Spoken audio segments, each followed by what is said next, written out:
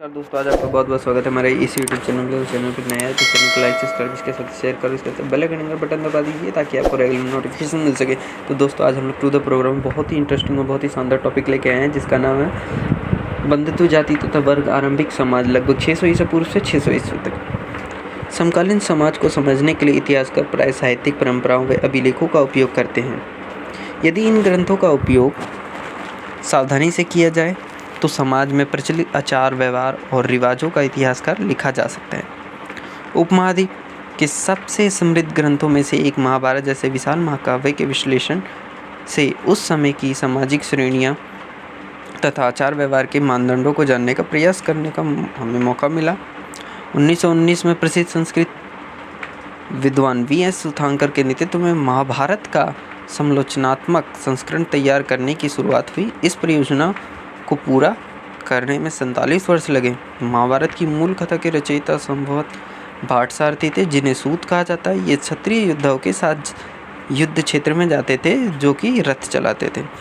धर्मशास्त्रों व धर्मसूत्रों में 4 वर्णों के लिए आदर्श जीविका बताए गए हैं, जैसे ब्राह्मण, अध्ययन, वेदों की शिक्षा, यज्ञ करवाना, दान देना और लेना। क्षत्रिय युद्ध करना, लोगों की सुरक्षा करना, न्याय करना, वेद पढ़ना, यज्ञ करवाना, दान दक्षिणा आदि।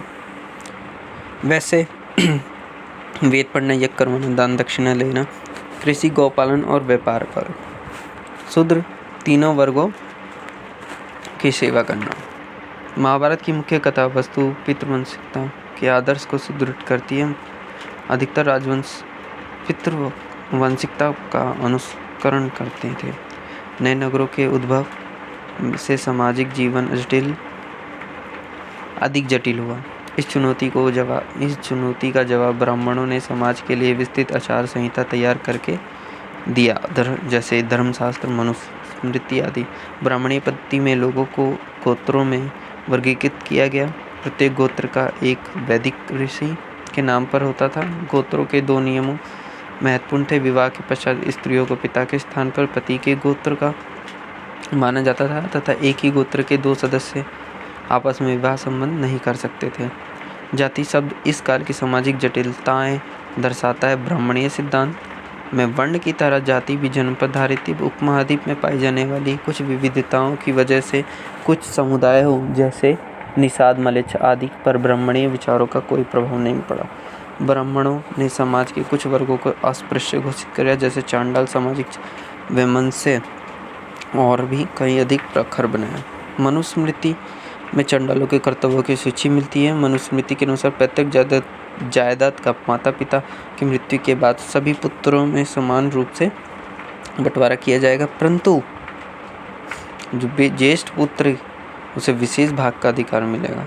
धर्मशास्त्र और धर्मसूत्र विवाह के 8 प्रकारों को अपनी स्वीकृति देते हैं। इनमें से पहले 4 उत्तम माने जाते हैं, बाकी बाद के जो हैं 4 और उसे निंदित माना गया। ब्राह्मणी सिद्धांत में वर्ण की तरह जाति भी जन्म पर आधारित है, किंतु वर्ण जहाँ मात्र 4 थे वहीं जातियाँ की कोई निश्चित संख्या नहीं थी। वस्तुतः कहीं भी ब्राह्मणीय व्यवस्था की नए समुदायों से आमना सामना हुआ तथा निषाद, शुष्णिर उन्हें 4 वर्णों वाली व्यवस्था में समाहित करना संभवित नहीं था। उनका जाति में वर्गीकरण कर दिया गया। ब्राह्मणीय वर्ण व्यवस्था की आलोचनात्मक प्रारंभिक बौद्ध धर्म में विकसित हुई। बौद्ध धर्म ने सामाजिक विषमता की उपस्थिति को स्वीकार किया, किंतु ये भेद ना तो नैसर्गिक थे और न ही स्थायी। बौद्धों ने जन्म के आधार पर सामाजिक प्रतिष्ठा का अस्वीकार किया। नए नगरों के उद्भव से सामाजिक जीवन अधिक जटिल हुआ। नगरीय परिवेश में विचारों का भी आदान प्रदान हुआ था। संभवतः इस वजह से आरंभिक विश्वासों और व्यवहारों पर प्रश्न चिन्ह लगाए गए। स्त्रियां पैतृक संसाधन में हिस्सेदारी की मांग नहीं कर सकती थी, परंतु स्त्री धन पर उनका स्वामित्व माना जाता था। इतिहासकार किसी ग्रंथ का विश्लेषण करते समय अनेक पहलुओं पर विचार करते हैं, जैसे ग्रंथ की भाषा, काल, प्रकार, ग्रंथ किसने लिखा, क्या और किसके लिए लिखा गया। महाभारत एक गतिशील ग्रंथ है क्योंकि शताब्दियों तक इस महाकाव्य में अनेक पाठांतर भिन्न भिन्न भाषाओं में लिखे गए क्षेत्र विशेष की कहानियाँ इनमें समूहित कर ली गई हैं। इनकी अनेक पुनर्व्याख्याएं की गई।